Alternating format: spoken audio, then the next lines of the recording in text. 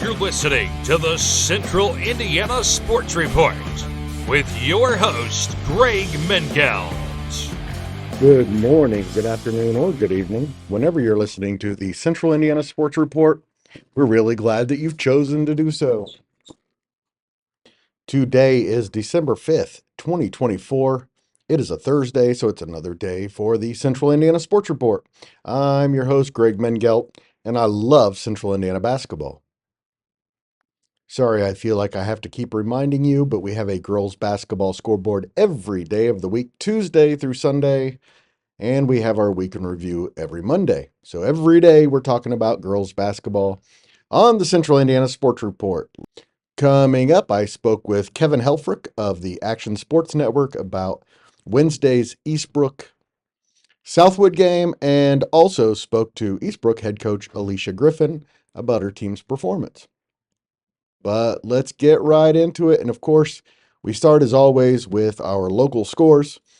Tipton snapped a 6-game losing streak with a 38-31 win over Taylor.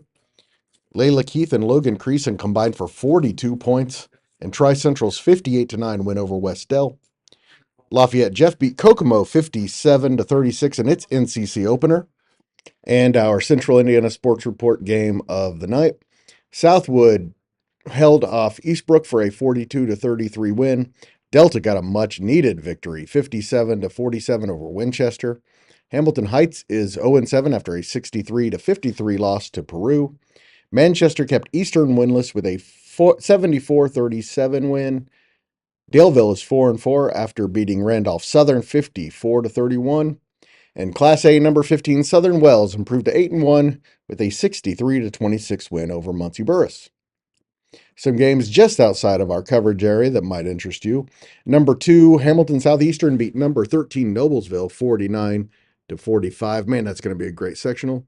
Lafayette Central Catholic is 6-1 after a 38-26 win over Harrison. Number 9 McCutcheon beat Tri-West 65-30 to improve to 8-1. And Monroe Central 48, Union City 26. Oh, forgot one. Rochester 45, Culver 27. Tipton played strong defense and snapped a 6-game losing streak with a 38-31 win over Taylor. Sophomore Mackenzie Farinella played all 32 minutes and had 14 points, 6 rebounds, 4 steals, 2 assists, and 2 block shots in the win. Senior Holland Wilson added 12 points and led the Blue Devils with 11 rebounds. Also for Tipton, sophomore Kennedy Lancaster had 5 points, and sophomore Michaela Shenlob finished with 3.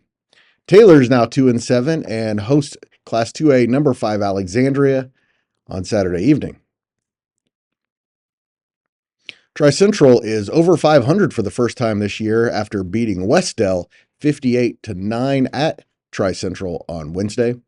Senior Layla Keith had 25 points. She scored 8 in the second when Tri-Central outscored West Dell 24-2, then scored 13 more in the third when they outscored the Warriors 22-3.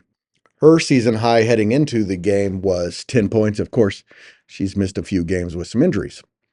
Junior Logan Creason scored 10 of her 17 points in the second quarter. Junior Olivia Dempsey added 6 points for 4-3 Tri-Central, which goes to Clinton Prairie for an HHC contest next Tuesday. Sophomore Bella Kehoe scored all 5 points for the Warriors in the second half. Freshman Abby Jackson scored their only basket in the first quarter, and freshman Tori Ward scored their only basket in the second quarter. The Warriors are now 0-8 and go to 1-5 Blue River on Saturday. Southwood improved to 3-3 with a hard-fought 42-33 win over Eastbrook on Wednesday. Eastbrook is now 2-4. Kevin Helfrich of the Action Sports Network called the game, and he has a report for us. Well, it was a frenetic pace game, but there were a lot of turnovers both ways, and that ultimately did Eastbrook, and they turned the ball over 42 times. And anytime you have that many, just not going to be able to overcome that. They were within the 4 to 9 points primarily the whole night, and they did tie it in the second quarter. Uh-oh. I lost you. Are you there, Kevin? It's a frenetic pace up and down the court, both teams, but lots of turnovers, especially for the Eastbrook Panthers. They committed 42 on the night, and ultimately that was just too much to overcome. They were within 4 to 9 points primarily the entire night, and they did have it down to 34-30 with just over 3 minutes to go. But a basket by Izzy Ashba, the Southwood Knights, pushed it to 36-30, and then the Panthers never really threatened down the stretch. And Southwood got good balance last night.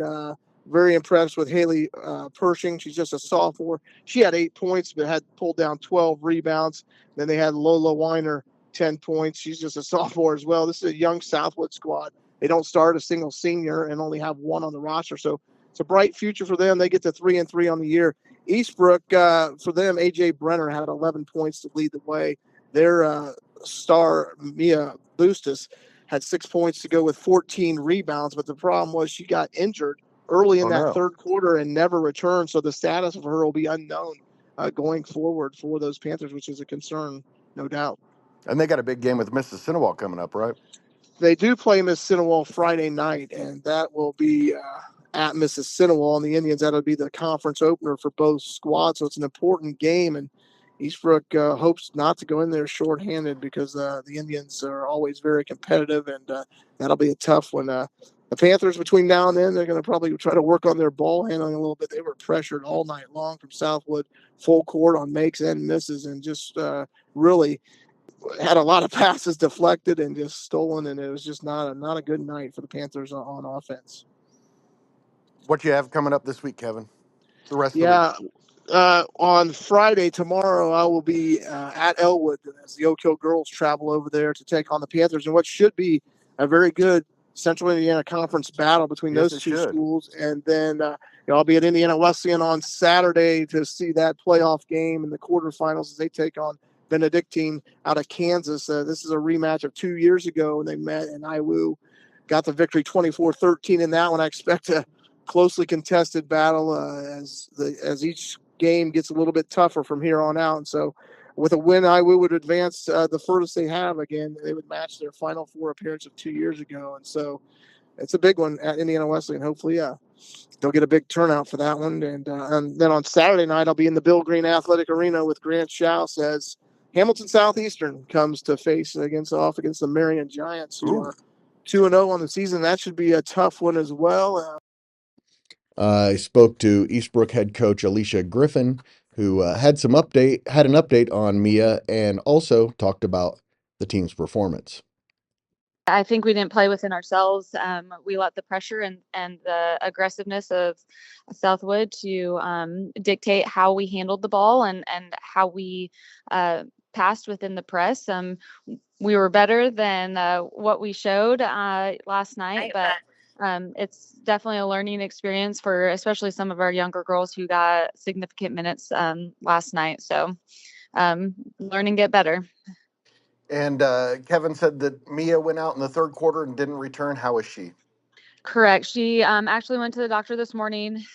So she's got a ligament sprain in her ankle. So she'll be out at least the rest of this week and probably into next week. Hopefully we'll have her back by next week, Friday. As we mentioned, Eastbrook goes to Mississinawa for a big CIC game on Friday. Lafayette Jeff took control of the North Central Conference on Wednesday with a 57-36 home win over Kokomo in Wednesday's Central Indiana Sports Report game of the night. The Broncos led 37-32 after 3 quarters before outscoring the cold shooting Wildcats 20-4 in the fourth. Kokomo shot just 25.4% for the game and was 1 for 17 from behind the three-point arc. Sophomore Satara Scott and sophomore Bella Richards scored 8 points apiece, and junior Amara Stroman and junior Eliana Stewart both finished with 7. However, those 4 were 10 for 43 combined. Stewart did have 4 blocks and 3 steals. The Wildcats started 6-0 and have lost their last 2. Jeff was led by junior Faith Christian transfer Maya Layton. She had a huge night with 15 points, 10 rebounds, and 2 assists. Junior Shaylee Barrett added 14 points and 5 steals. The Broncos are now 6-1 and have won 4 in a row. Last year at this time, they were 0-7. Richmond is still on top of the conference at 2-0. Jeff is now 1-0, and the only team besides Richmond without a conference loss. The Broncos and Red Devils don't play until January 25th. Jeff's next conference game is until January 10th at Muncie Central. Junior Griffin Knight had 25 points, 5 rebounds, 3 assists, 3 steals, and 3 block shots to help Delta in a modest 2-game winning streak with a 57-47 home win over Winchester. It was a much-needed win because the Eagles had lost their last 2 games by a combined 3 points. Junior Addison Barnes contributed 7 points, 5 steals, and 5 assists. Junior Jillian Barnes had a cold shooting night, but finished with 5 points and 13 rebounds. Delta's next win is a big one. The Eagles host 5-2 New Pal in a Hoosier Heritage Contest Saturday afternoon. That should be a good one. New Pal is 1-0 in the HAC. Delta is 1-1. Winchester is now 4-3 and hosts 5-2 Monroe Central on Saturday afternoon. Eastern is now 0-7 after a 77-37 loss to Manchester on Wednesday. The Comets were competitive early, but were outscored 24-7 in the third quarter and 15-9 in the fourth in the loss. Eastern senior Marley Cohn had 15 points and 9 rebounds. Freshman Gianna Beachy and Lainey Newland combined for 15 points, 13 rebounds, and 4 assists for the Comets. Eastern travels to Bunker Hill to face 4-2 Maconaquah on Saturday afternoon. Sophomore Emma Walker led all scorers with a season-best 29 points, going 12 for 14 from the field for the 3 and 5 Squires. She made 2 of her 3 three-point attempts and also had 8 rebounds and 8 steals in the win. Hamilton Heights is 0-7 after a 63-53 home loss to Peru. It ended a 4-game losing streak for Peru, which is now 3-5. Heights hosts a very good Noblesville team on Thursday, then goes to Connorsville on Saturday afternoon. And Daleville is 4-4 overall and 1-2 in the Mid-Eastern Conference after a 54-31 win at Randolph Southern. The Broncos are back in action next Wednesday at home against 4-4 Frankton. The Central Indiana Sports Report Girls Basketball Player of the Night is Delta Junior Griffin Knight. She finished with 25 points, 5 rebounds, 3 assists, 3 steals, and 3 block shots, and Delta's 57-47 win over Winchester on Wednesday. Looks like a bunch of mismatches on Thursday in our local girls basketball. We start with the Central Indiana Sports Report girls basketball game of the night between Blackford and Bluffton. It's been a tough stretch of schedule for the young Blackford team. The Bruins have lost 4 in a row, including a 49-8 loss to Muncie Central in their last outing. Next up is 7-1 Bluffton. The Tigers have won 5 straight, are coming off a back-to-back wins over New Haven and South Adams, beating them by a combined 165-33. They're led by senior Isabella Stout, who's averaging 20.5 points and 5.1 rebounds, but they're very balanced with 4 players averaging at least 10 points and 1.9 steals per game. The Sagarin rating says Bluffton is favored by 53 points. Wapahani enters Thursday at 5-1 overall and 3-0 on the road. All 3 of those wins have come in the last 2 weeks. The Raiders put that mark on the line Thursday when they go to Cambridge City. It's the 3rd year in a row Wapahani has won 5 of its first 6 games. 3 Raiders are averaging at least 12.3 per game, led by senior Kimber Asher's 14.3. She's also averaging 11.3 rebounds. She had 12 points, 12 rebounds, 4 steals, and 2 assists in Tuesday's 57-18 win over Blue River. Cambridge City is 2-4 and has lost 3 in a row, and the Sagarin rating says Wapahani by 33. Muncie Central looks to bounce back from a tough 43-37 loss at Richmond in its NCC opener Saturday when it hosts former NCC rival Indianapolis Tech on Thursday. The Bearcats are 3-4. Through 7 games last year, they were 0-7. Their first win of last season came against Tech, 55-50 in Indy. Tech is 3-3, but has lost its last 2, 67-15 at Warren Central and 51-29 at home against Tinley. The Sagarin rating says the Bearcats will win their 4th game of the season. It has them favored by 32 points. Western has a tough test after 13 days without a game. The Panthers travel to Carroll to face the 6-1 Cougars, who've won 5 straight since their only loss of the season to Sheridan. The Panthers beat Tipton 63-26 in their last outing.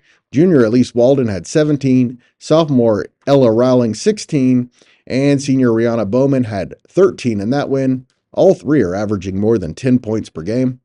Carroll won its 5th straight game Tuesday with a 47-46 win over Northwestern. Freshman Eliza Reinhardt had a big game in that one with 12 points, 7 rebounds, and 5 steals. Her 12 points were a season best. The two teams split a pair of games last year and the year before, so it should be a good one.